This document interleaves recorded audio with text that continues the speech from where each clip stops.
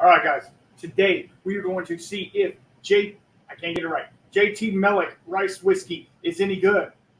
Let's check it out.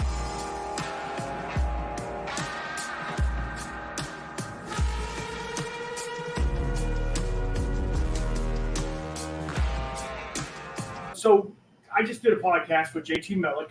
Amazing people. Mia, she's great, and she sent over some samples for us. And what we're going to do is we're going to dive into those samples. I also purchased a bottle, and we're going to jump into those too. So you're going to get 3 reviews in one video. So it might be a little longer content, but just stick with me because it's really, really cool stuff. And sorry, I've been outside in the yard. My hair might be a little mess. But let's dip into it. And the first one, it's gonna throw you off. Are you ready? You ready to see it? Look, just watch. Yeah, J T Meleck vodka. I said it. Ready for the crack?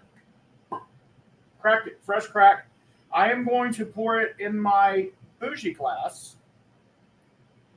Not a lot, because I am not the vodka shaman, right? I don't know a whole lot about vodka. All I know is this is distilled from rice. They do have a hybrid still. See, I'm using my bougie glass for this one. It smells very light. Let me give you this. Let me give you some specs on it. I'm sorry. It's 40% IBV. It's been triple distilled. I'm almost certain. Let me double check.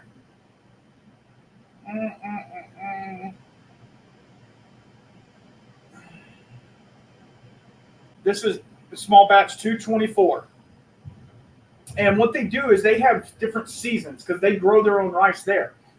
And so each season has it's not a different style, but like it gives it that's why they call it like with their aged whiskey, it says for 4+ years, because it's one of those things where like it's a little bit more than 4 years. It's seasonal. So all right. I can't really smell a whole lot on the nose, which is what vodka, is supposed to be. So, one of those things.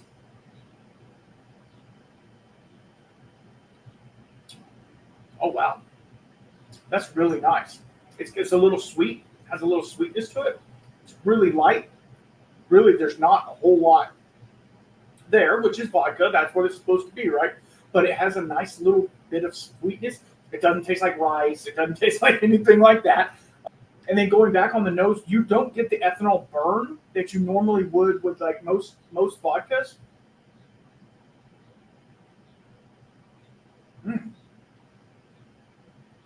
Not bad. Not bad. I'm trying to think of anything else that I can pick out of there. Maybe a little, not much, which for vodka, that's what you want. That's really interesting. I got some water in my trusty. I know you're not supposed to drink out of Yetis, whatever. After all I've been through, what's a little lead poisoning, right? I've already been poisoned by chemo. It's fine. Okay. Wow, sorry. So let's move on. Watch the podcast, listen to the podcast, whatever. I'm trying to get numbers up on Spotify and Apple. So if you want to go listen to it, then you can watch it. However you want to do it, it doesn't matter. There is some, seeing it face to face, like on a video. Sometimes people like that, or sometimes people like to put headphones in and mow the yard or whatever. Let's get into the small batch. All right. Let me find the clicker for that one. I love the closure on it. Like, it's so easy to get off. I just did a podcast with Natterjack, and he said he had to make the closure extremely tight because it fell off on a boat, and next thing you know, there was a whole bunch of whiskey all on a boat from China. And all the boats to China are very slow, right? So we're going to do a mild size pour. We're not going to do anything crazy. Now, I will tell you that the other one that I have, I've enjoyed. Sampled out a bunch of it, stuff like that. So let's get into it. All right. On the nose, it's vanilla, caramel, chocolate, like a light chocolate though. Really milk chocolate, like milk chocolate. Wow. Very much different what a little, now it's not vodka that they barrel aged, obviously. They did distill this through a column and they used their pot for the other one. So you do get some richer oils out of it. So it's very different from the vodka, obviously. I'm trying to pick out something else. There's something else there. Rice whiskey, it's a strange, not strange in a bad way, but it's a strange grain to use, right? Because it's very finicky, and it wants to scorch, and it wants to do all the things. It's hard to do a conversion on. Anyway, it's a proprietary thing that's why in like sake baijiu, they use koji culture, right? So let me get in.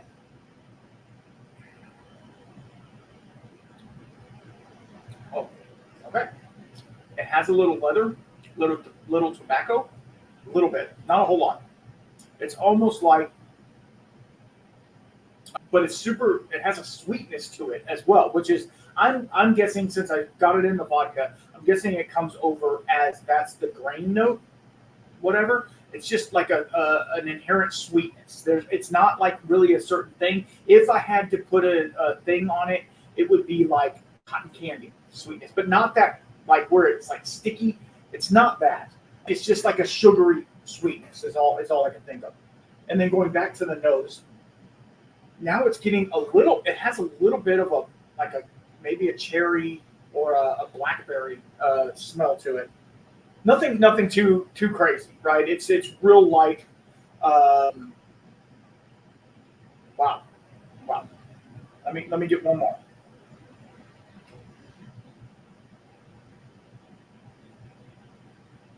Okay. Let me take you on the ride. It comes in. It hits the tip of your tongue, and then once it hits the tip of your tongue, it kind of explodes into caramel vanilla bomb, right? And then you get a little bit of that cherry cough drop note, and then it finishes off in the very back of your palate with like a milky chocolate part, with an inherent sweetness, like a glaze over the top of everything I just said. And the barrel influence is really nice. I don't know, man. That's pretty good stuff. Going back to the nose, now I get a little bit of cinnamon, just a hint of cinnamon. Okay, I'm gonna take one more little sip and then I'm gonna drink some water. Got those lined up over there because I'm not trying to get schnockered already. You know what I mean? That's for later. No, drink responsibly, drink respectfully. You know. I think the proof point was nice on it. I really do.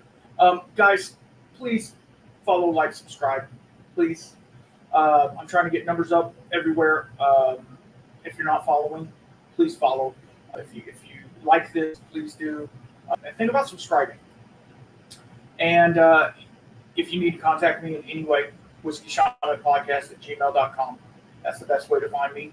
If you have any requests or anything like that, and if you would like to be a honorary shaman, shamanette, whatever you want to call it, and you want to support monetarily to help this thing grow, go over to patreon.com/thewhiskeyshaman and see what there's different tiers there that you can pick out. I release Patreon exclusive episodes. I do early releases on everything that I do, so they'll get this like a week earlier than you guys do. It is a monetary investment, obviously, but if it's something that you feel entitled to do, we would greatly appreciate it. And thank you, of course, to our sponsors. That Motivator Barrels, there'll be a link down below that you can click. They'll get you a barrel. They're right behind me. Really cool barrels. And C. Smith Whiskey and Mixology. Zach's an amazing guy doing amazing things with whiskey. He's opening bars. He's making bar lists. He's doing all the things. He's working with distilleries. He's an amazing guy. So go see Badmo and C. Smith Whiskey and Mixology. All right, enough. Get that out of the way. No, it's just I need a little water in this glass. I did clean the glass, but it has like some funk in it. So let's see. Okay, now The small batch was amazing. Okay, now let's get into this one. Yeah, you see it has a different label, right?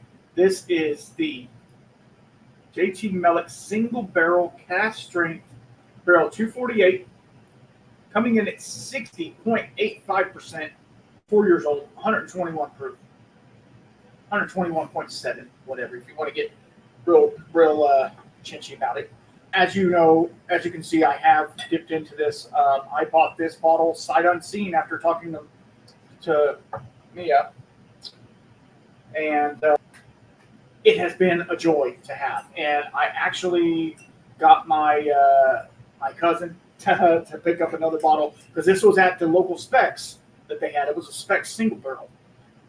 And normally Specs single barrels are gaga. You know, they're not great because it's just give me a barrel. They don't care about the barrel. They just want a barrel. But J T Meleck hand delivered this one. This was hand selected by the guy from that particular Specs. So it is a little different. This has been a great bottle. I've really enjoyed it. And reasonably priced for a cast strength 4-year-old rice whiskey, like one of those things. Let's get into this one. Okay, so remember everything I said about the original one. Why did it go off the screen? I don't know. Remember everything I said about the original one. This one is amped up and ramped up, and it's oily and viscous.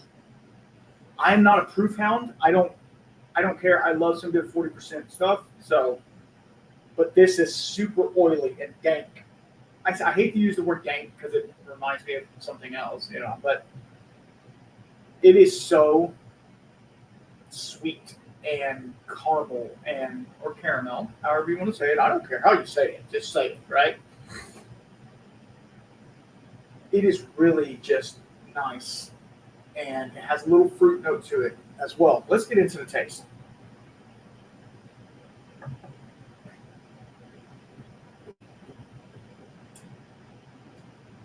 So it hits you right here in the back of the throat with that heat. Of course, these are the first drinks I've had today, obviously.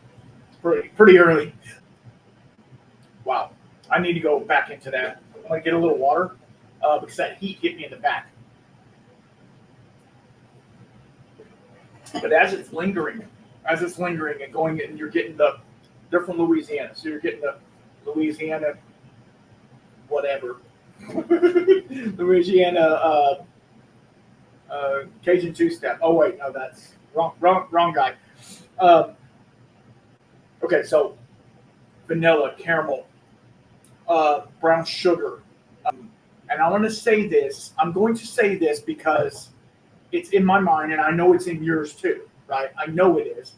We're drinking rice whiskey, right? So what does it make you think of when you're talking about caramel, vanilla, brown sugar? You're thinking of sticky rice, right? Like the sticky, you know, rice that you get that you put sugar and cinnamon and all that.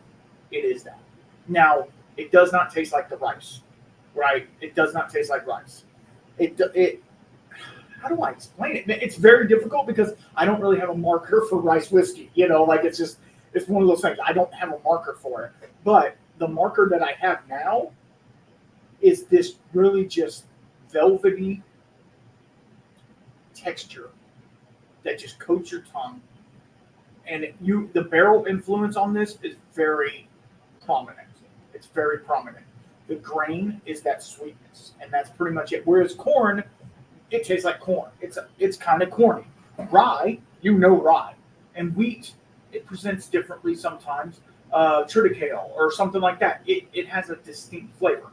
Whereas rice, this, especially with this, it has a flavor, but I can't pinpoint what it is. And I need to sit down with this and deep dive into this a little bit more, especially the small batch, getting the water in it. Like I always tell you, drink it if it's presented at cast strength, drink it at cast strength, and then add a little water to it. Drop it down a little bit to see what happens when you release those oils in there, but for two, when you proof it down a little bit and the burn is not as much. Like this doesn't burn anymore. After the first sip, it doesn't burn anymore. But yeah, just I'm gonna have to sit down with this a little more. On the nose, more of the same. Sticky rice, sweet rice, whatever you want to call it. We used to have, back in the day, we used to have sweet rice. We'd just get Uncle Ben's, put some sugar and some vanilla extract in it. It's similar to that, but that's just preconceived, right? That's preconceived because you think it's rice whiskey. You're thinking rice, so it's automatically that's what you're getting.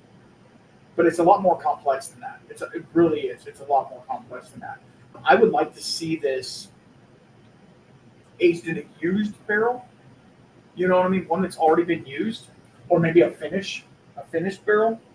Not that I want you guys to change. You guys are doing amazing stuff. So even the vodka,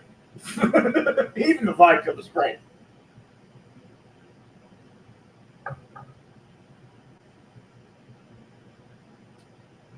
Sorry, I had to do the countdown so you don't think you lost me there. Dude, that is so nice. It has such a cool flavor.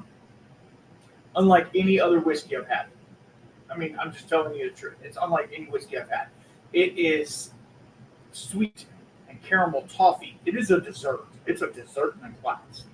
But you have that spice. You have that bite of the proof of it that it's really just giving you everything you want. Like this would be a night-ending whiskey,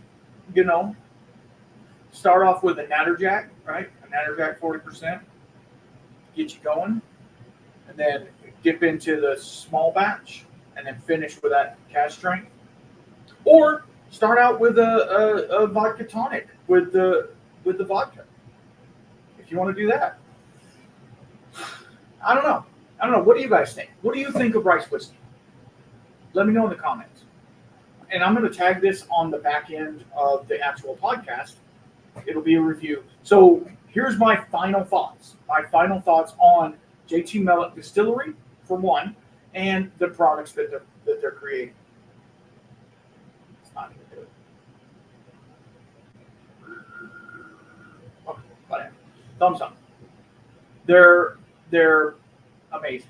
They really are. They're doing amazing things, and they're different than anybody else. Listen to the podcast because it's a crawfish farm. It's a crazy. We lost connection like 3 times. I don't know how you lose connection 3 times, but we did. Mia's. I hope her name is Mia, not Maya. I think it's Mia. MIA, right? Mia was a ball of energy, which I loved, which made it for a really great podcast. This is like the review of the podcast, which is kind of cool. She really did an amazing job, and she loves her brand. It's a family brand, for one, but she loves her brand. And that, to me, is really cool. If you have so much pride in a product that you're making, just a product, but she has so much pride, and it shows on the back. They have a seafood delivery company as well. I mean, there's so many things that they have a lot of irons in the fire. Irons in the fire. I said it right. I actually said it right. So if you haven't heard of J T Meleck, now you have. And I'm not going to be the first because there's other people out there that have talked about J T Meleck in the past and how they're doing amazing stuff. But if they blow up, your boy needs some cred on that, okay? So I appreciate y'all being here, and I thank you guys so much for the support and the love through all the stuff that's going on. It's getting hot this summer. I got the AC going already. It's supposed to be 92 today. Oh, man, I can't wait for the summer. It's going to be hot. It's going to be hot. But I love you guys, and thank you so much. And, go out and find some J T Meleck. They do have a website that you can order from, and they do ship to Texas. They're doing a lot of work over here in Texas, and I'm trying to get them more into Texas. They're right next door, right there in Louisiana. So if you're on a road trip this summer, stop by J T Meleck. Stop by there and do a pull straight out of the barrel. Dude, that would be amazing. I'd love to do that. We had talked about doing a little road trip, but, I'm trying to get back to work. And it's one of those things where, like, I don't know, man. I don't know. But I can't thank J T Meleck and Mia enough for coming on the podcast, talking to me. Little old me, and sending over samples, these aren't samples. That's a full freaking bottle, So I so much appreciate it, and I appreciate everything that they're doing. And I will have links to all their stuff in the comments down below or in the description or whatever you want to call it. But I really want you guys to love one another, drink responsibly, and drink respectfully. And as always, keep your spirits up.